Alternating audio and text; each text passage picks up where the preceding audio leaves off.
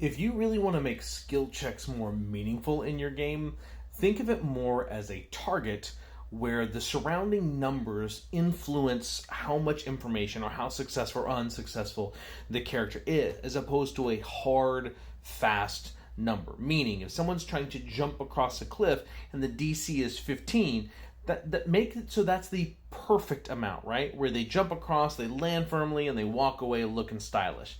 Where if they hit a 14 or 13, they still made it, but they slipped and almost fell off. And then a skill check 10 could be they almost made it, and they had to grab a hold, and then you make them roll another skill check to see if they can hold on and not plummet to their death.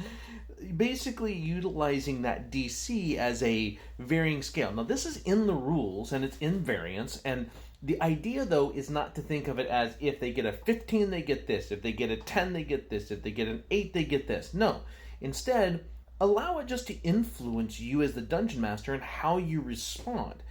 Depending on the type of game you're playing, and depending you as a dungeon master and what your players are interested in, depends on how that scale goes.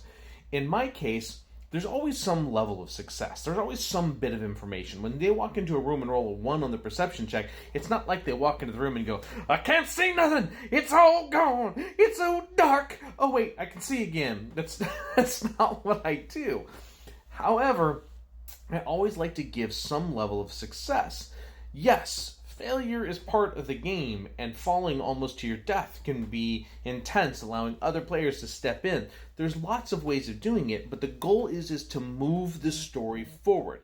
Don't ever take the game and punish someone because of a skill check or hide progression behind a skill check. Skill checks are designed for optional content to move the story forward, to create intensity, not to punish. That's my mindset when I use skill checks, and it usually works out pretty well for me.